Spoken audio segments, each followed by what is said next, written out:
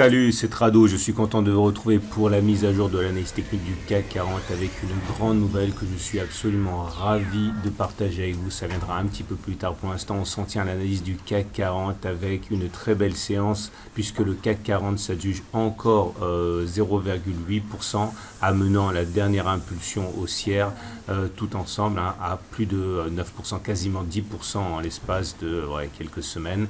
Et les meilleures choses ayant une fin, il faut savoir que les marchés américains ont sérieusement décroché, plus ou moins 2% selon les indices, suite à l'intervention de Jérôme Powell qui a donné le prétexte aux investisseurs pour prendre quelques bénéfices, et on s'achemine vers ce qui pourrait être ce qu'on craignait tous, à savoir une fausse cassure. Je vous montre le graphe hebdomadaire comme d'habitude pour avoir une idée de l'ensemble, de la grande image. Et regardez, on avait expliqué à moult reprises qu'il fallait impérativement clôturer au-dessus de cette résistance hebdomadaire pour en valider la cassure, puisqu'encore une fois c'est une résistance hebdomadaire, ce qui veut dire qu'il ne faudra pas baisser d'ici vendredi soir de plus de, on va dire à la louche, 4%. Il faudrait préserver la cassure de la résistance vendredi soir, donc il ne faudrait pas baisser de plus de 2,7%. Sinon, on serait parti donc pour un faux signal haussier, pourquoi pas une nouvelle rotation baissière. C'est un scénario qui ne peut pas être écarté. Pour l'instant, encore une fois, ce qui est acquis, c'est que je pense qu'on va aller chercher cette résistance hebdomadaire, et il faudra encore une fois, vous l'aurez compris, résister. Regardez, on a également maintenant la possibilité de tracer une vague de haut. Alors attention, je vais enlever le triangle ici, puisque comme vous pouvez le voir, le premier objectif, celui qui est rallié plus d'une fois sur deux, a été touché, puisque on en a parlé hier, c'était la hauteur de la dernière oscillation reportée au-dessus du point de cassure, c'est fait. Il y a d'autres façons de tracer les objectifs, mais qui sont ralliés pour le coup moins souvent, c'est de prendre notamment la hauteur de la première oscillation complète. Il y a une autre façon de faire, on l'a vu également, c'est de prendre une parallèle à la partie basse du triangle, ce qui donne à peu près ceci. L'objectif a été plus ou moins rallié, mais pas complètement. En tout cas, tous ces derniers objectifs sont ralliés moins d'une fois sur deux, donc on peut dire qu'ils sont moins intéressants pour préjuger de ce qui va se passer. Le premier objectif a été touché, on l'a dit. Donc voilà où on en est. Vous remarquerez la création d'une vague de Wolf. Alors la vague de Wolf, c'est une de mes stratégies préférées pour savoir où va aller le marché. Je vous renvoie au module éponyme du pack Total Trado si vous voulez vous entraîner avec des exercices corrigés. Mais voilà globalement le point 1, le point 2, le point 3, le point 4 et le point 5. Si on relie les points 1, 3, 5 et si on fait le pari qu'on va réintégrer cette partie basse demain à cause des marchés américains, voilà ce à quoi on peut s'attendre. Donc je le refais doucement. 1, 2, 3, 4, 5, avec pour premier objectif d'aller chercher un contact avec le point 4, à savoir ici les 6660, et à terme, si on y va, aller chercher un point de contact avec la ligne 1, 4.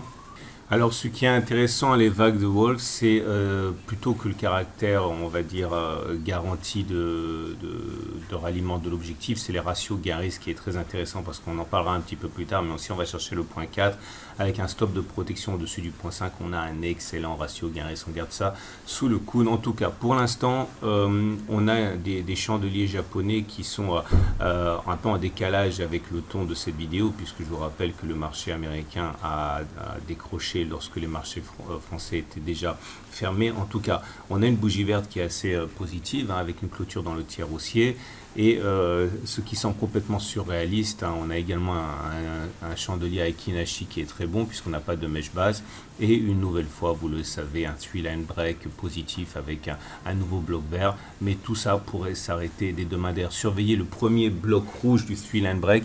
C'est comme pour les blocs haussiers, si on a un bloc rouge, généralement on aura un deuxième derrière. On fera le point bien sûr au fur et à mesure. Pour l'instant, on garde à l'esprit simplement que ça reste positif pour l'instant. Les éléments techniques aussi sont positifs, puisque vous avez la moyenne mobile à cette période qui est haussière avec des cours au-dessus de la M7 qui monte, donc la tendance immédiate elle est haussière, de même que la tendance générale qui est haussière en au-dessus de la M20 qui monte.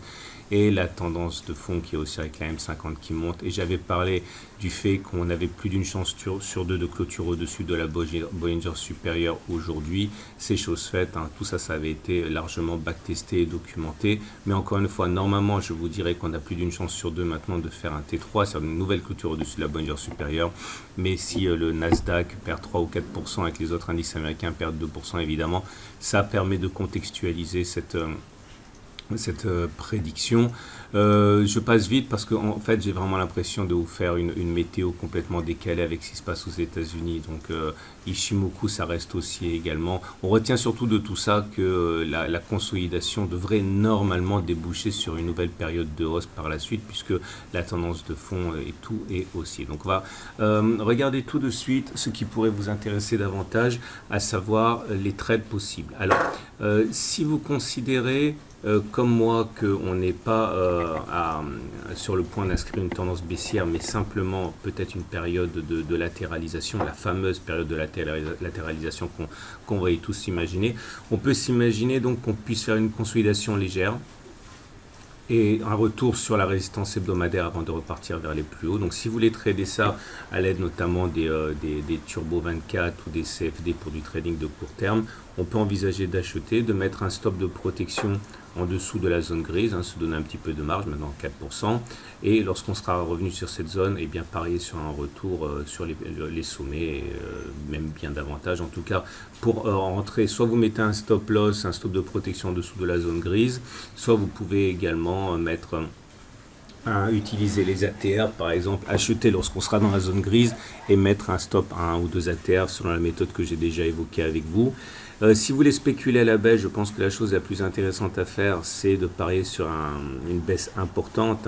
Non pas que cela a des chances de réussir nécessairement, mais parce que vous avez un ratio gain excellent. Parce que si on va chercher le premier objectif, le point 4, ici, sur une consolidation, eh bien, ça donne un objectif à 10%. Imaginez, même si vous prenez un stop loss très très large, à 3% pour vous prémunir d'une éventuelle hausse, eh bien vous avez un ratio gain-risque de 3 à 4 pour 1, donc ça peut être également très très très intéressant. Maintenant, autre solution, parier simplement sur le retour dans cette zone grise, mais il faudra faire attention au ratio gain-risque parce que dans un premier temps on va baisser demain matin. Il faudrait donc rentrer au moment où on aura une sorte de sursaut technique. Par exemple, si on baisse et qu'on redresse un peu la barre, eh bien si vous avez une distance au stop loss, je dis n'importe quoi ici, 1,3% qui est plus petite que l'objectif, par exemple 1,8%, on pourra rentrer à ce niveau-là lorsqu'on aura eu éventuellement notre rebond technique. Et puis surtout maintenant, c'est le moment de vous présenter mon nouveau partenaire, puisque vous allez pouvoir éventuellement mettre en application une stratégie de moyen long terme. Alors pour les stratégies de moyen long terme, les CFD, les Turbo 24 sont moins adaptés.